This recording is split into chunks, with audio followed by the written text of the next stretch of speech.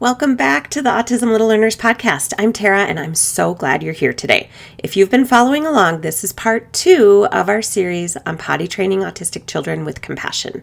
In our last episode, episode 136, we talked about why potty training can be harder for autistic kids, how to prepare the environment, and how to build comfort and readiness before we ever expect a child to actually sit on the toilet.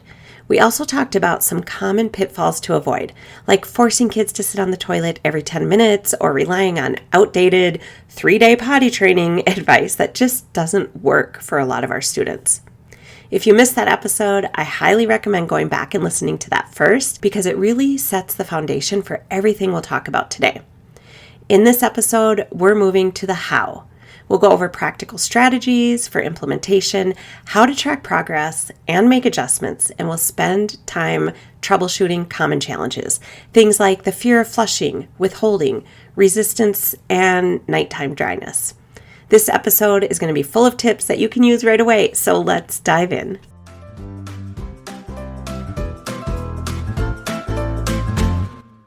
Hi, I'm Tara, and this is the Autism Little Learners Podcast. I am a speech-language pathologist with a twist. I've run my own communication-based classroom for over 2 decades, and I'm so excited to share actionable tips and strategies for supporting young autistic children. My goal is to help you feel more confident and successful when teaching your autistic child or students at the early childhood level. If you are ready to learn some tried and true strategies that really work, this is the podcast for you. Let's get started.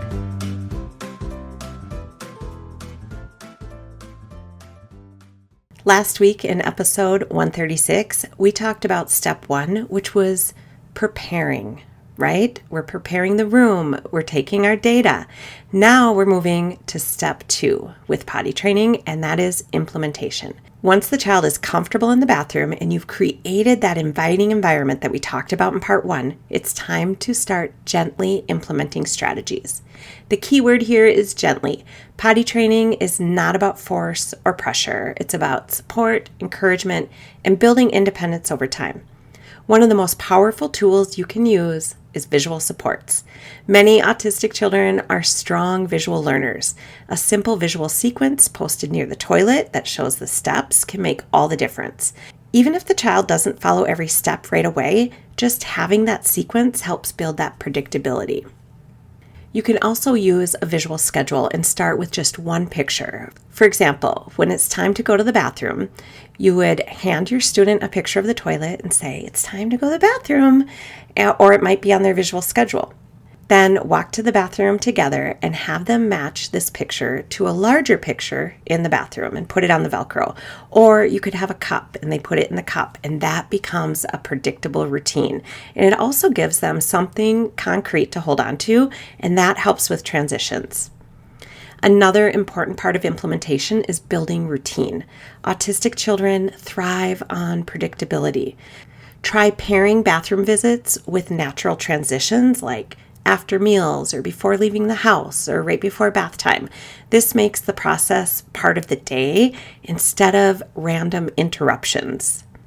And here's where it gets fun. Special interests. If your child loves dinosaurs, create a dinosaur-themed social story about using the toilet. If they're into Paw Patrol, let Chase or Sky model using potty in a toy bathroom set, like a dollhouse set. So I made a book with pictures of different singers standing and peeing in the toilet. And yes, Willie Nelson was included.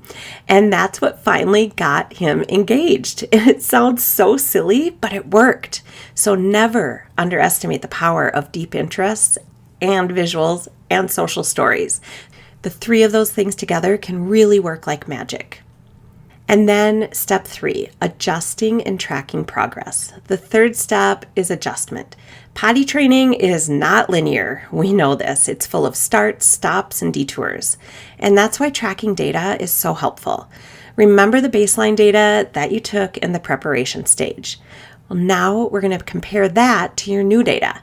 Are accidents less frequent, even if it's just a little less? Is your child maybe able to sit a little longer on the toilet? Is your student beginning to show awareness? Are they transitioning easier into the bathroom? Some progress may be small, like they walked into the bathroom and they were at ease. That matters. Those little wins add up over time. If something isn't working, don't be afraid to adjust it. Maybe the child just isn't responding to a certain visual. Swap it out. Maybe the bathroom is too echoey. Add a white noise machine. Maybe they need a stool under their feet to feel supported and safe. So be creative, be flexible, and just keep trying. Now let's get into the challenges I hear about most often. Number 1, fear of flushing. This one is big. Some children are terrified of the sound of the flush, especially those automatic toilets in public places.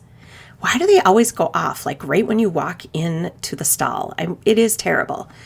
So one simple trick is to place a sticky note over the sensor so it doesn't flush unexpectedly. So if you're a parent, bring sticky notes in your purse or your bag. And if you're a teacher, have some on hand and just have them on the toilet sensor all the time. You can also offer noise-reducing headphones. And remember, it's okay if they don't flush yet. You can flush for them, and that skill can come later. All right, now you have the opposite, excessive flushing. So on that flip side, some kids love flushing over and over and over. You know those kids, right? For them, set clear expectations. Maybe a visual card that says 1 flush. And that's going to create this kind of visual rule instead of you just kind of harping on them, right? You can also redirect their need for sensory input by offering another kind of water play activity or a book that makes the flushing sound. You can wash hands with lots of bubbles or have that small sensory bin after bathroom time. And this relates to the third one, playing in toilet water. This one can be tough because it's so sensory driven. Try providing alternate water play opportunities other times of the day for kids that like to play in the toilet water. Sometimes just having a, quote, yes spot for water play reduces that urge to explore the toilet. The fourth one, resistance to wearing underwear. A common trick is to start by letting the child wear underwear under their pull-up. And that way they get used to the feeling without losing the security of the pull-up. And make the underwear exciting. Have them pick out favorite characters or put underwear on dolls and stuffed animals as part of play to model it first. The fifth one is withholding urine or bowel movements. And some children hold it in because they're anxious or unsure. It can be really hard for them, like if they're able to pee in the potty at home, but to transfer that to another setting, okay? A lot of anxiety goes into that. But you want to make sure that the parent talks to the child's doctor to rule out any medical issues. At home or school, focus on keeping the bathroom time low pressure, have that stool under their feet for stability, have relaxing music on, and even blow bubbles. That can help the body relax enough to let it happen. And parents, if you are focusing on nighttime dryness, this one often comes much later. For many kids, nighttime dryness really isn't realistic until age 6 or 7 and sometimes older. And that's okay. In the meantime, reduce fluids before bed, always do a bathroom trip before sleep, and remember that nighttime dryness is a separate developmental milestone. Don't let it discourage you if your daytime progress is happening, but the nighttime isn't. Okay, let's go over some big picture reminders. If you take nothing else away from this episode, remember these 3 things. Number 1, potty training is not linear. Setbacks are totally normal. Number 2, compassion and patience are more important than quick results. And number 3, every small step forward, no matter how tiny, is progress worth celebrating. You are not alone on this journey. If this episode got you thinking, I think I could use more structured guidance, I have a free toilet training guide just for you. You can download it at www.autismlittlelearners.com/toilet. And inside, you'll find practical steps and visuals that you can start using right away. And if you're ready for my step-by-step support check out my full course, Potty Train with Compassion, at www.autismlittlelearners.com/potty course.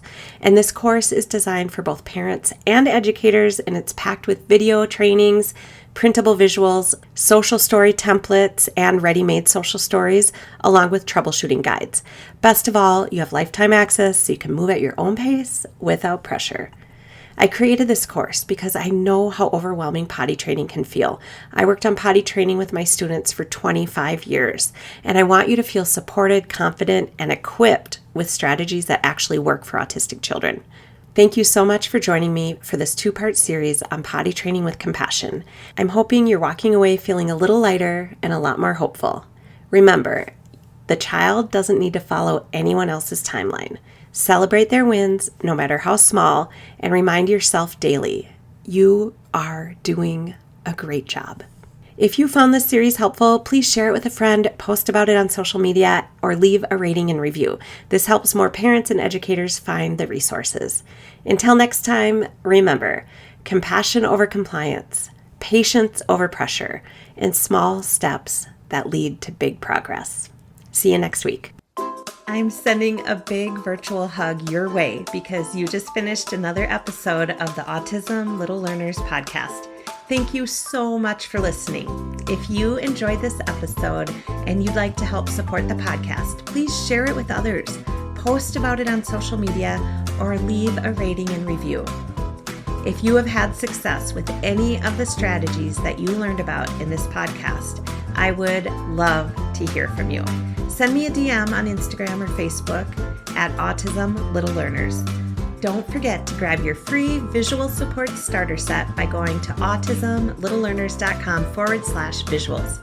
And always remember to find the good in every day.